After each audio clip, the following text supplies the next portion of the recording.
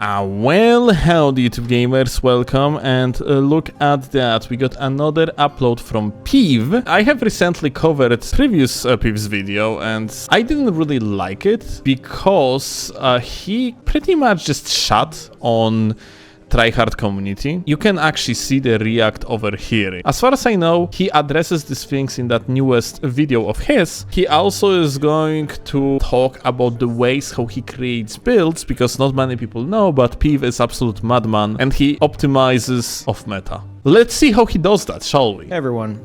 Well, I got one hell of a yap session for you today. First though, I just wanted to quickly clear up some confusion from the previous episode. You can skip ahead if you prefer. Utilizing the almighty power of this script I wrote to minimize rambling, I think the best way to clarify my concern with Dustbloods is to say if every match devolved into the equivalent of 8 Iron Eyes rushing each other down and ignoring other elements of the game, because that's deemed the best strat, it probably wouldn't make a game with latency issues and a $600 barrier to entry look too hot. Okay, so speaking of things too hot, he's scorching the gamers, including Kevin, in the amount of 1. So in that previous video of his, yeah, he mostly talked about Duskbloods. It's on me that I kind of changed the topic of the entire discussion from Duskbloods to Elden Ring PvP meta.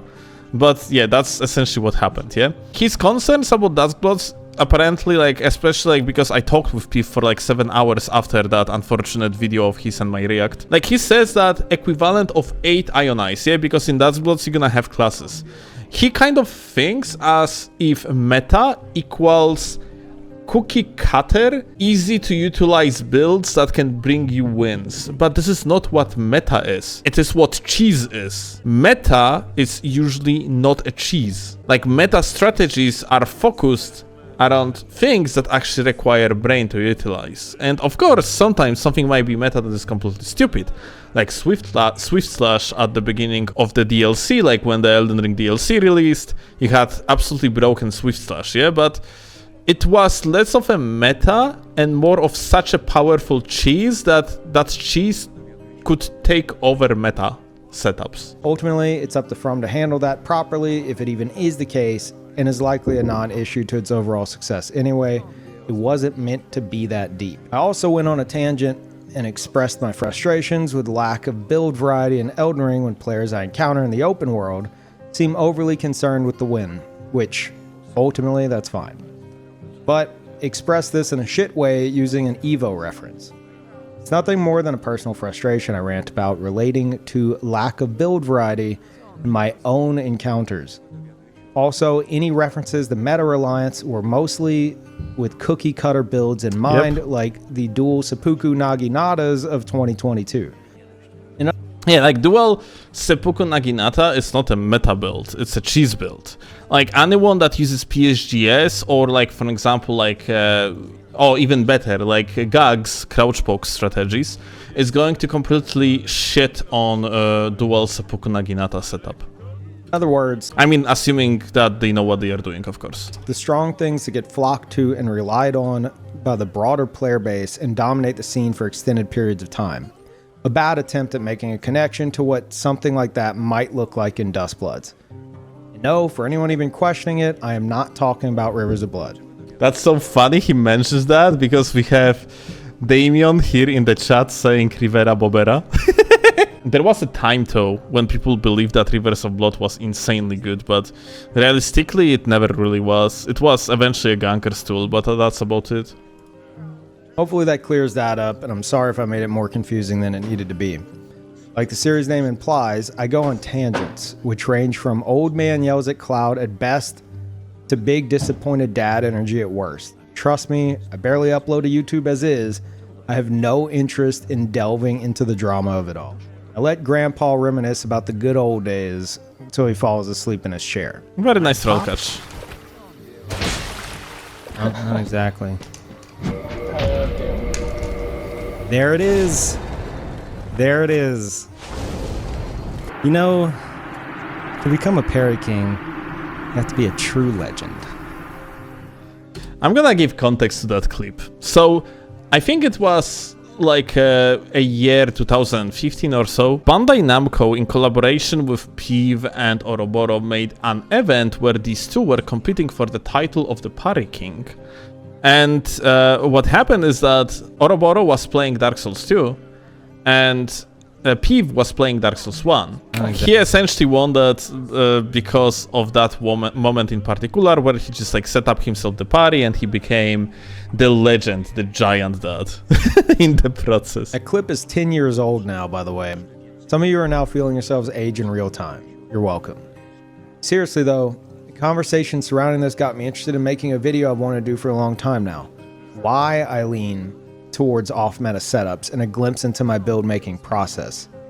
I think some people, especially newcomers to the community, might have the wrong impression about why I do the things I do.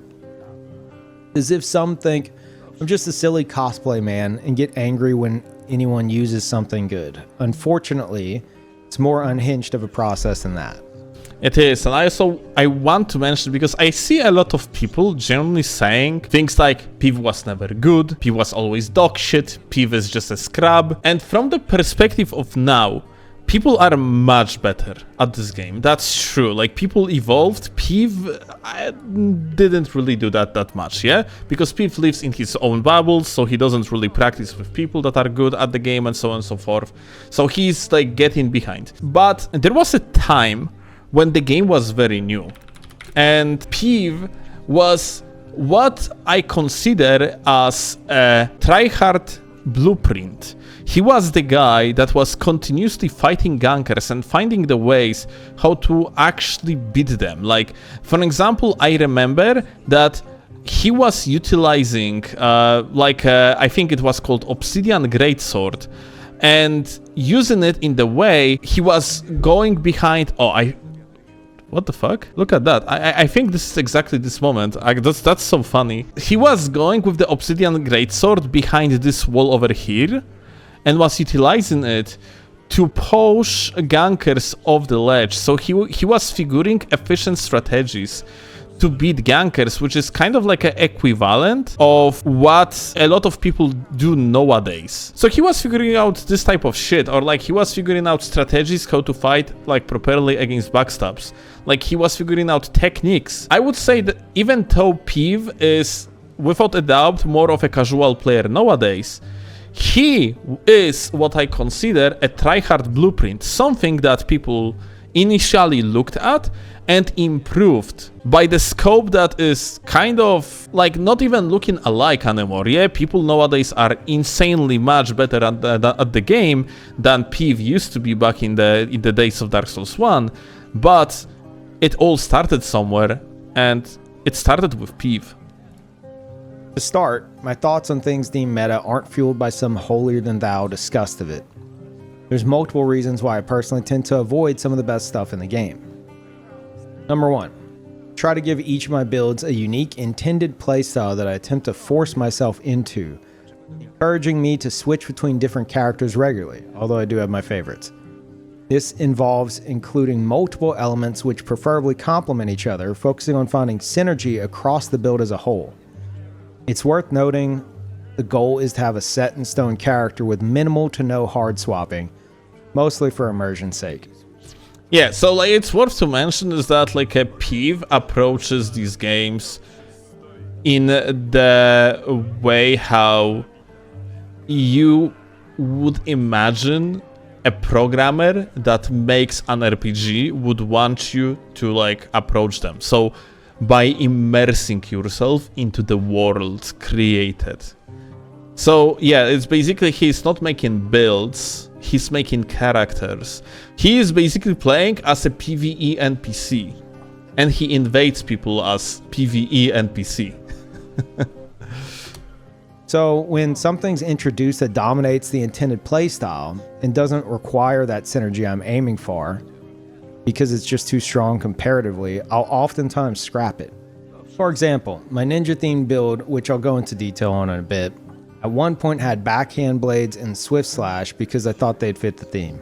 I quickly found out that I had virtually no reason to interact with the other elements of the build because, even after the nerf, that alone was winning most encounters for me. I reverted back to the previous setup soon after to warrant me making use of the entire build. Number 2.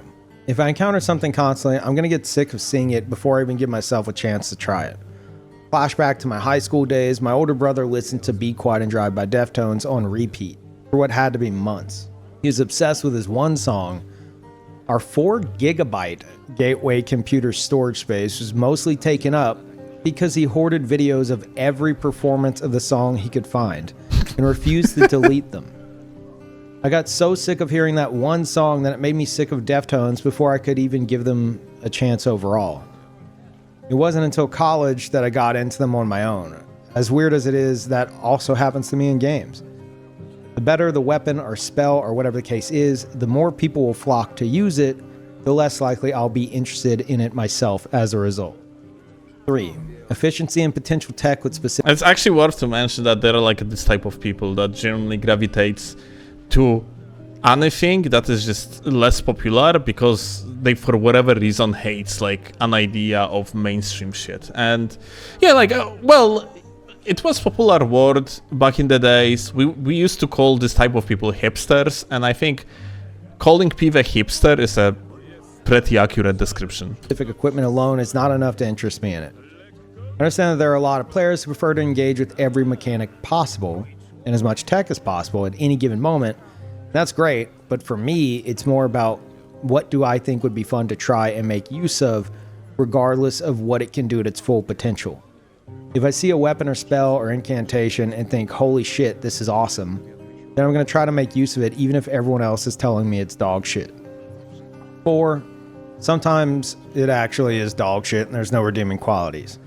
And even I won't use it for long.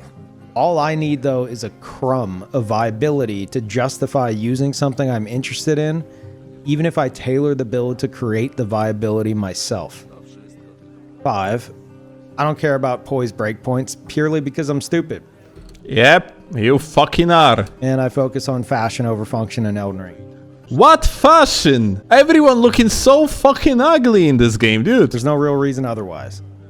I find that you can still outplay most opponents in invasions, at least at rune level 200, which is what I have the most fun invading at. As a result, I'm not very concerned with poise, despite there being no reason to ignore it other than freedom of fashion. Most PvPers will absolutely disagree here, and that is totally fair. Yeah, I mean, ignoring poise is just stupid. It's a part of the game. Like, if you like fashion, unironically, then you always still have to make a compromise between fashion and poise. If you are just ignoring straight up poise, then it's like you are just ignoring very important part of the game, especially in PvP. Like in the PvE, you can somewhat ignore it, but having more than 51 poise is actually very, very efficient in the PvE as well. It's an important threshold. The 101 can also be very good for you. But yeah, like here, it's just stupid, if I'm being frank. 6. I don't believe you need to be armed to the teeth to handle most encounters as an invader.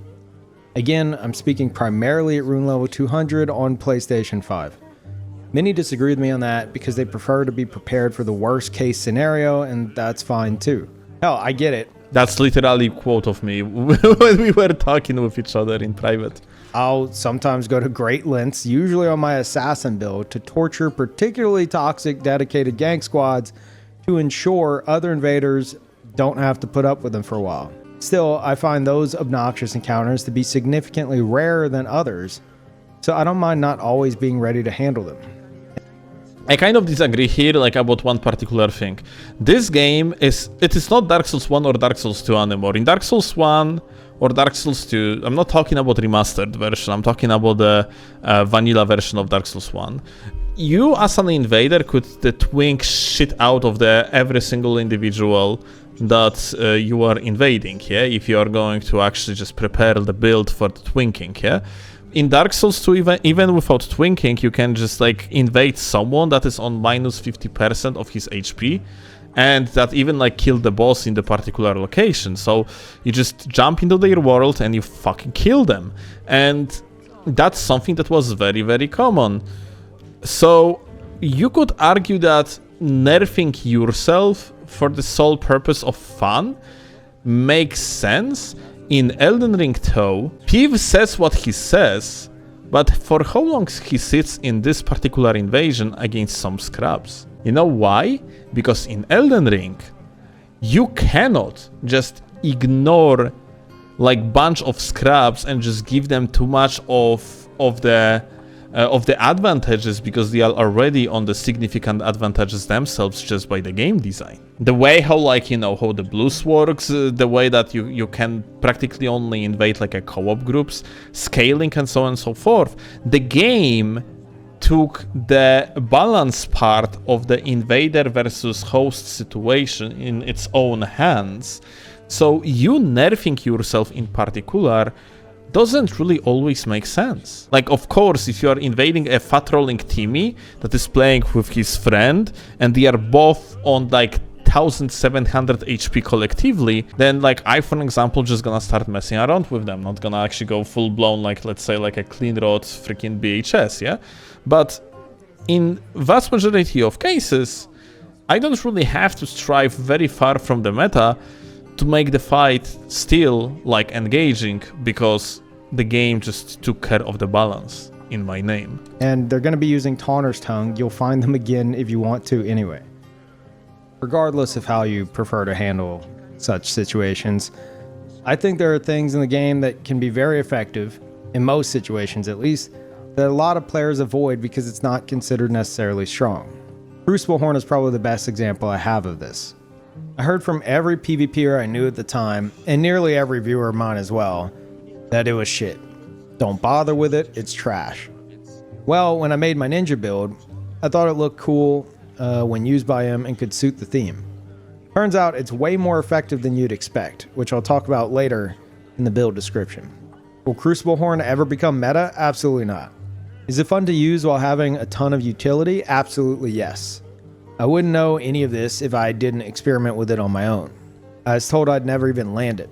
Honestly, I actually think that people not utilizing Crucible Horns is just better for the game, all things considered, rather than people utilizing it. If people would utilize Crucible Horns, then it just would be an indicator for From Software that maybe the incantation is fine. It is not fine. It is underpowered. I think this is good when no one is using particular set of weapons and so on and so forth, because that's an indicator for From Software that, hey, no one is using it in PvP. This shit is ass. Let's buff it. I don't think that PEEVE over here like doing like any good for the community utilizing Crucible Horns, honestly. Probably my favorite incantation in the game now. I highly recommend you give it a try yourself. While I obviously want to win encounters regularly and can get frustrated losing against some more obnoxious situations, I don't let my desire to win keep me from experimenting with things I know likely aren't going to do too well. Personally, I'm more interested in the gameplay I create for myself through my characters than a higher win rate. Usually, I don't do myself many favors with the builds I create, and that's fine. I'm aware it's a self-inflicted issue, but I do love when I encounter other players attempting things that I rarely see. I return to these games for my characters more so than anything else. They're how I get my replayability. Now, all of that being said, I'm not opposed to using strong gear or widely used invader tools or even light roll, because it's not about avoiding meta to prove some weird point. It's about a delicate gameplay balance I personally strive for within my own builds. So, hopefully now you have a clear view of why I tend to lean more towards off-meta stuff, and that using something deemed quote-unquote meta doesn't necessarily bother me. Yeah, you are completely fucked in the head and you're supposed to go to the therapy. Like, yeah, that's for sure. It doesn't bother me if you use it either. I'm interested in uniqueness above all else. I tend to be more impressed getting beat in an unexpected way once than getting beat 1,000 times by something I've encountered countless times. But again, that's just me. Now, But nah, like, all the jokes aside, that's an approach that's is somewhat respectable, at least by me. You know, he straight up goes by what he believes is an enjoyable approach to the gameplay for him, which is unique. I just would wish that PEEVE would be more educated on the meta and like the meta play overall and the meta community, so he wouldn't be repeating things that he said in the previous video, which were like bluntly incorrect and also like kind of hurtful, in fact, yeah? I guess he's, like, more knowledgeable now because, like, he talked with me. I think he talked with G as well. So, he talked with me for, like, 7 hours, as I said earlier. So, yeah, I think I gave him some perspective on the topic. For the explanation of my ninja build, Shin, hope your attention span is intact because I'm about to drop you into a highlight from 2024 where I went through every aspect and thought process behind each decision with the first iteration of the build. Basically, I couldn't be bothered to go over it again. It was a lot. Just know that afterwards, I'll show the few changes I made for the DLC form of it, so you'll see both forms. The first, obviously, being the bulk of the explanation. Simero, I have actually, this is so funny you are actually mentioning it. You getting like beaten by so-called like people that you call meta slave is not because they use meta builds. You are just worse at the game, and you are worse at the game because you are mentally unwell. Like, I have seen your comments under PEEVE'S video. You basically was shitting on me and G. Ah yes, I buff in Steel, G9 and pathetic tryhard tears. Okay, dear Steel, you respond to PEEVE'S video in a really rude and offensive way, calling him ignorant because he doesn't know your meta culture, and I am bad person because I think it's incredibly what? Response to PEEVE'S video was me criticizing things that he was wrong about, and that's about it. There was no mean comments that I sent his way or anything. I said that not doing particular things is eventually moronic, and on top of that, like, shitting at people for using meta is even more moronic, because that's basically the way how you're supposed to play the game. You're supposed to optimize. Still, you don't use compliment sandwich approach. You have to say 2 nice things before offering a criticism. Right. You invaded me once and we thought you were using DLC Pata with Roar and I was using Soren board. I parried you, but then you killed me. And how could I beat you? I don't know, you could try to scam again. Congratulations on the parry, goat. So, like, you are basically salty because I made a video on the Barbaric Roar Pata, because of course I don't use this setup. It's just cookie cutter bullshit, yeah? And how could I have beaten you with my setup? I would have had to swap to Pata, Great Katana, Flaming Straight EC to have a chance. Everyone playing the same way has killed this game. Holy shit, I fucking love it, dude. This guy over here, yeah, is essentially being upset that he got killed by some cookie cutter bullshit that I was doing in the past throughout like a 1 session, most likely for the purpose of the video. Let's see. Steelovsky Pata. So I assume it was, yeah, here we go, like, okay, we literally got onto this fight, dude. It's the guy, literally. That's so funny, I didn't set it up or anything. Wow, such a coincidence. So you are using, watch it, the strongest PSSS in the entire DLC. PSSS that is overall good setup. You got 1 setup parry, good for you. And now you are crying, dude. You are not even running the bad setup. You are not playing, like, you are even fucking lying. This is not even off meta setup, my dude. You are not only blaming me for, watch it, utilizing things that you don't utilize, that you could utilize, but you are basically crying about the fact that I am actually utilizing something that beat you, and you believe that you lost because of that setup only. Dude, no, you didn't lose because of that setup. I can assure you that you didn't lose because of the setup. Like, this is fucking holy cope. Let's go further. We fought another time too. I was cosplaying as a Black Knight from the DLC and you insulted me live. Even your girlfriend defended me. You constantly insult players after beating them thanks to what? I think, like, I remember your name. Didn't you gank? I don't know what you mean. It's very rarely like I insult people for the sake of doing that. I insult people because they behave like animals. That's very different. People like you and G9, you are just angry kids playing video games for having fun, trying to be competitive in any game that isn't meant to be. Oh, who said it isn't meant to be? Are you like the director of the game or what? Bro actually doesn't understand that anything that is PvP gonna be competitive by default. Also, like, look at that. Like, he now mentions that I insulted him, like, earlier, and even you actually defended me. Okay, defended him. Listen, person. I don't like when Steel insults people, but usually he explains to me why he called somebody a name, and usually I agree with him, because sorry, gankers are trash. And if you are a ganker and you think that you have a moral high ground because you have fun in the game, then I'm sorry, you're just griefing. You're making other people's experience shitty. And you're salty because you lose to tryhards like G or Steel. It's worth to mention that, Simero, I do not tell you to not use good shit. You are the one restricting yourself, although frankly not that much as we have seen, because you are literally using the best PSSS setup in the game. I kind of like it. It's hard to deconstruct this sentence, yeah, but I think the gamer says that, he says that I am better than him, but I don't need to use always like same 3 weapons. And this is like big misconception about meta players, because we just don't fucking do that. Out of pure curiosity, today's live stream, yeah? I'm kind of curious about weapons that I am using. Here we have seen Milady. Here we are using the Greatsword. Here we are using the KGS. Here we are using Gags. Here we are using CGS. Here we are using Shield as a weapon. Here we are using the Sword Lance. Starfist, there was on the screen.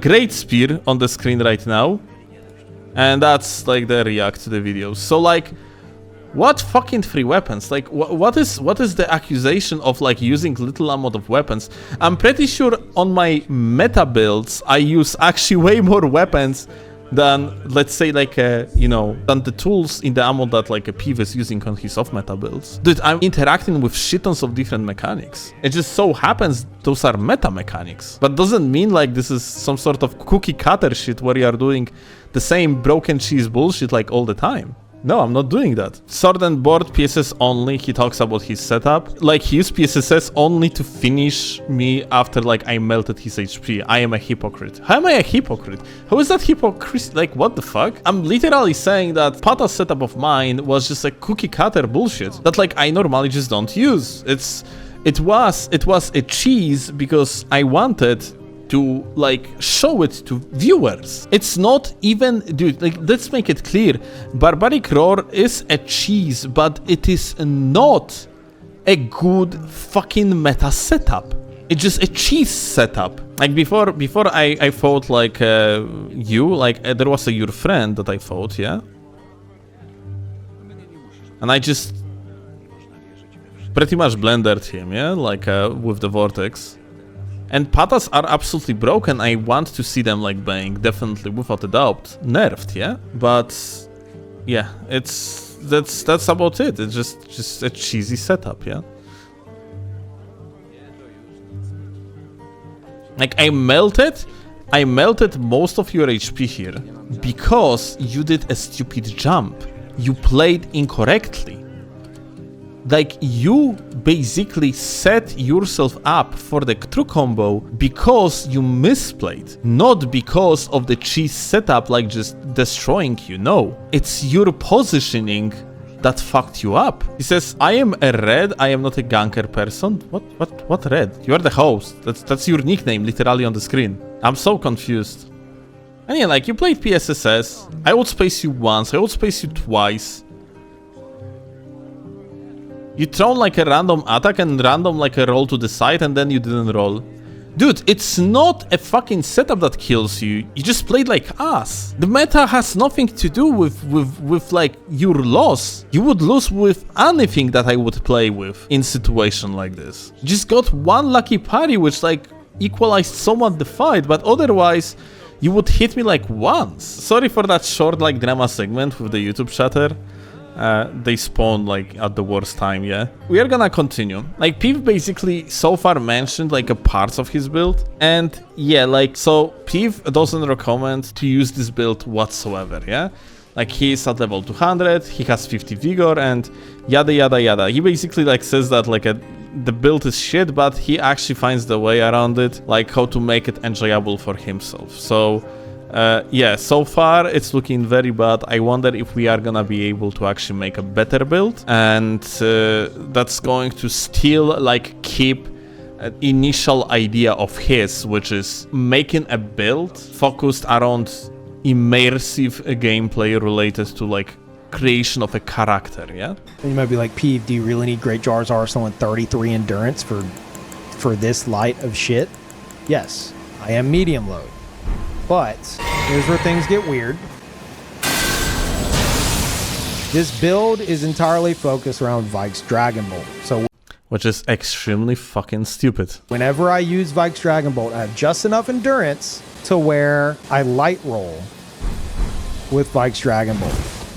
So yeah, the build is focused about an idea of becoming a Super Saiyan, just utilization of the Vike's Dragon Bolt. Yeah, if you do not know, Vike's Dragon Bolt works in the way that you are actually receiving the boost to your equip load, 15% of the increase. It increases the damage of the weapon at the cost of very bad lightning damage negations. And it lasts like 70 seconds. So yeah, make long story short, this incantation in PvP is pretty fucking ass. But what's actually worse about like the build of PEEVE'S, yeah? And the way how he approaches it is that he utilizes Vikes, or he focuses build around an idea of using Vikes, only for the sole purpose to use Vikes. But if he does it, then I'm pretty sure he could craft this build in the way so he could utilize a talisman that actually would also buff him by using Vikes and keep the light roll all the time, because with his stats, he kind of needs that light roll if he actually wants to survive ganks. So if I were Peeve, I would probably try to make a build focused around this Blue Dancer's charm and utilize like a Vikes in order to boost the damage with the Blue Dancer's charm. It still would be a justification to use the Vikes, but you wouldn't fuck yourself over with the medium load when you have 31 poise. I also have Bloodhound Step on the katana, which is also affected by the light roll. Vike's Dragon Bolt annihilates your lightning defenses. So to offset it, I have Opaline Hard Tier in the flask, as well as Lightning Cracked Tier for the extra lightning damage. So it offsets it a bit. I want to see it again. So like just in case, yeah? He offset it just a little bit. Minus 10% of the lightning defenses went to fucking 6%. Annihilates your lightning defenses. Is it raining? Right, I'm not sure actually. No, it's not raining. It's not even raining. It's minus 10% defenses when it's not raining and he's not in water. So like he has like still minus defenses. Like honestly, you just cannot justify it in any way, dude. That's crazy. If I'm in water, like in Leonia Lake, or if it's raining, I'll cancel out the body buff with Flame Grant Me Strength. That gives me back my lightning defenses, so I'm not suffering from that and being soaked in water, which makes you take increased lightning damage. And you know, I'll lose light.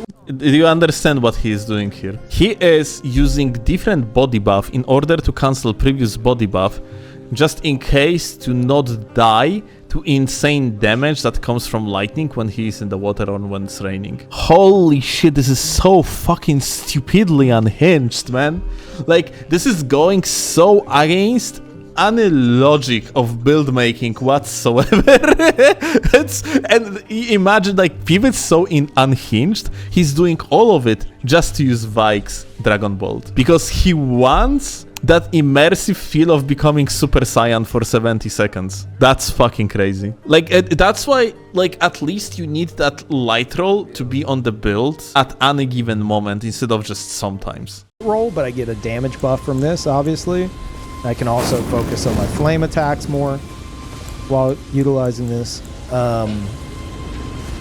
However, I also have, for very particular scenarios, I have Dragon Bolt Blessing. So if I go and I buff and then I notice that it's going to be like a bleed L1 spammer, I have Dragon Bolt Blessing. So if I go and I buff and then I notice that it's going to be like a bleed L1 spammer with like dual Naginatas, or earlier somebody trying to spam me down with that. Just in case, like this highlight is from before the DLC. Like these builds still were like powerful cookie cutter builds back in the days, like dual Naginata. Nowadays they are pretty dog shit. I think, was it Shadows or something? I don't know what the fuck it was. Or daggers. I'll swipe Dragon Bolt, and then I'll Dragon Bolt Blessing. And it'll keep the buff and replace the body buff with Dragon Bolt Blessing. That gives me plus 30 to all my resistances, so more robustness for like the bleed resist and all that.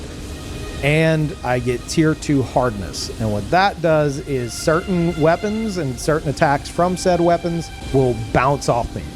So basically I can, like, they'll attack me and I'll stun a little bit, but I can get off an attack while they're...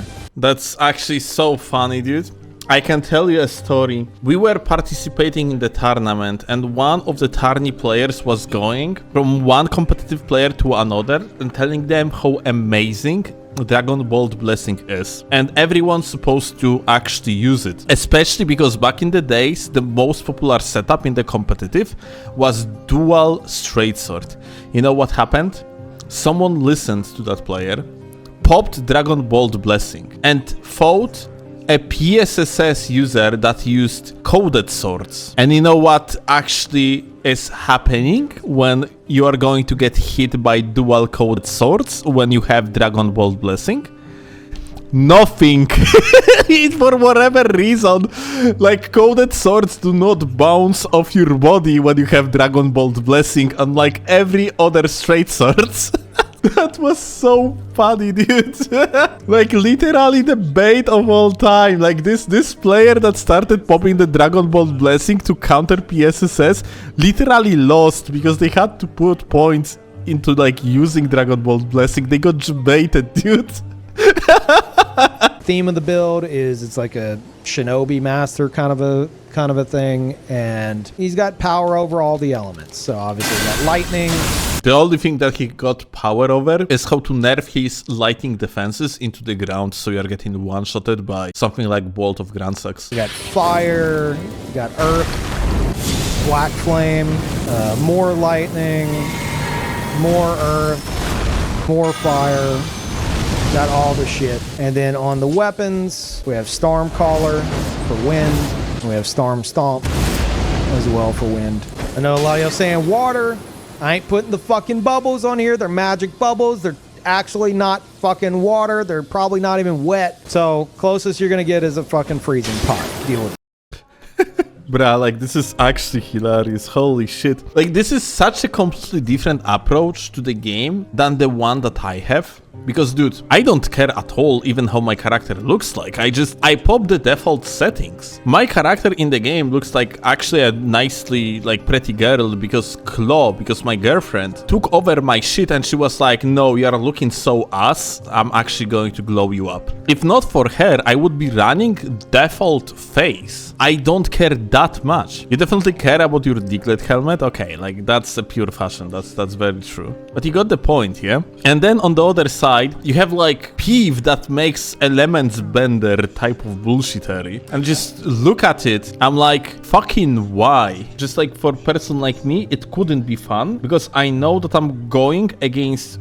base foundations of the game. By creating a character? By creating a character that completely ignores like what's actually good in the game, what's not, and like the proper meta play. I just couldn't justify going to that extent in order to create a character because this character is dog shit.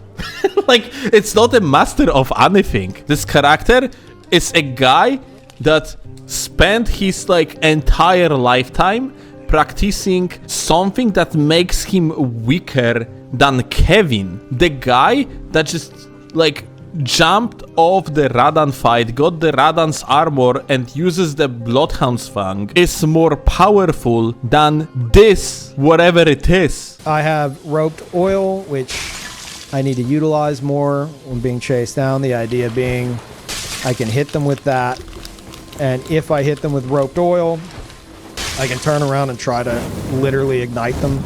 just in case, you need to hit your opponent directly with the oil pot. Otherwise, the effect is not going to apply. So yeah, that shit is not going to work even the slightest. Set the one fire for increased damage. Got the hiccups. And then if I'm getting pressured and chased down by like a group that's like hyper aggressive, I switch the claws. Storm Stomp really gets them off you.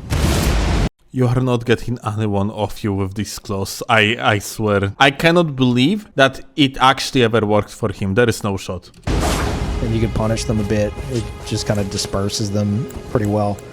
In terms of how I use this shit, first of all, Stone of Garank is... I'm not getting into it all, but there's a fucking dead zone. A significant dead zone with free aim with certain things, and that includes this stone. Those can be free aim. You could throw it like all the way up, you could throw it a little bit. As long as you're not in this like wedge of the camera, then you're pretty good. So it's either really fucking far Hail Marys or point blank. One of the big things I go for is Black Flame Ritual traps. So if there's someone that's dead set on fucking chasing me down and I have enough room, I'll throw this. And it's so slow that you are not stopping anyone. And hopefully they get trapped in here, and a lot of times they'll get trapped in. They would literally need to forget how to attack.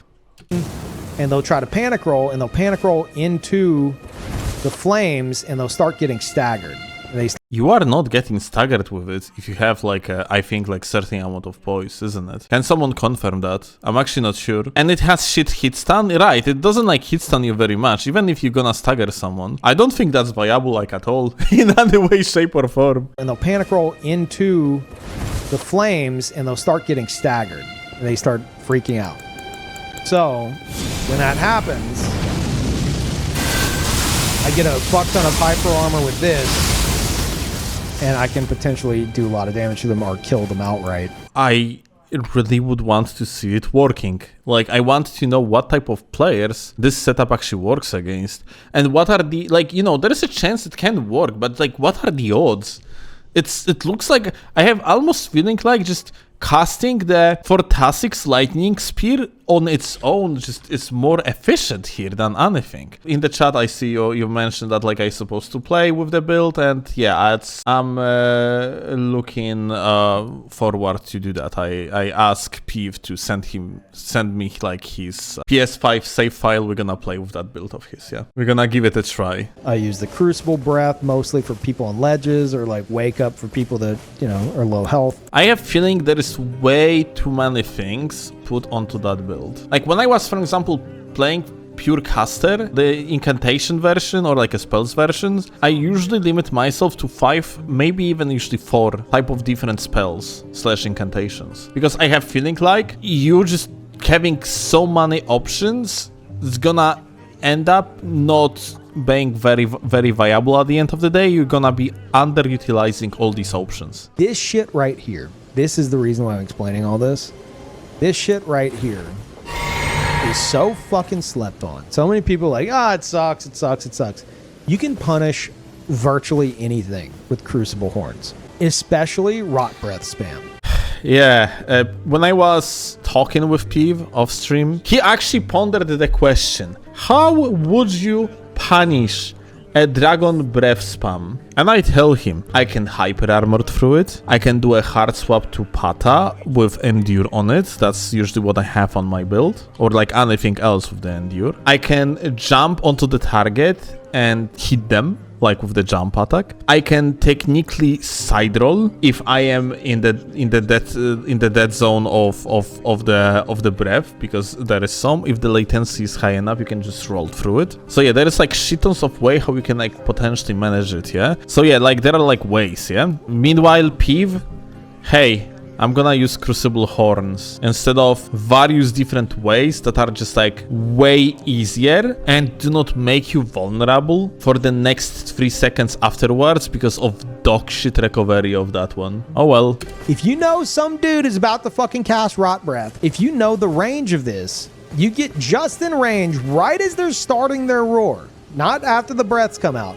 Like, they go to start their roar. You have plenty of time if you're about to get hit by it. So you have to do it on the prediction, not even on the reaction. You have plenty of time to be... Whereas all the other options I mentioned, you can do on the reaction. In range.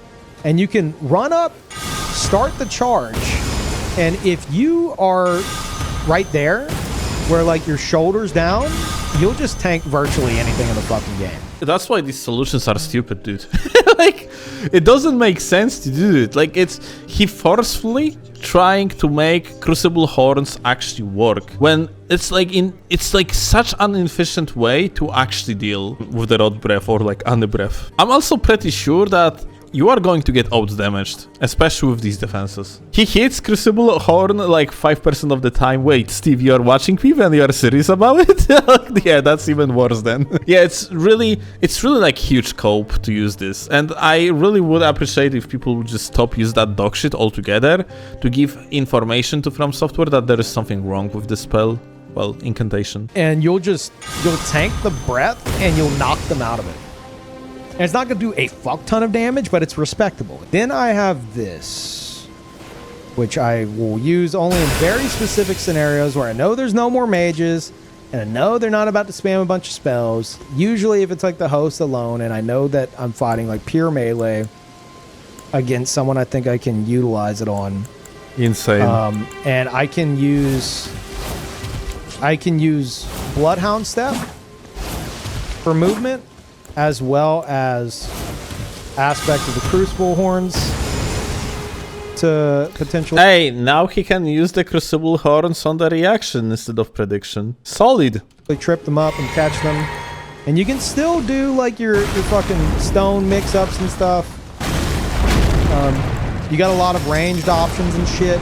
I think that's everything. I think you can make this character just much better by some like sacrifices in particular parts of this quote-unquote build.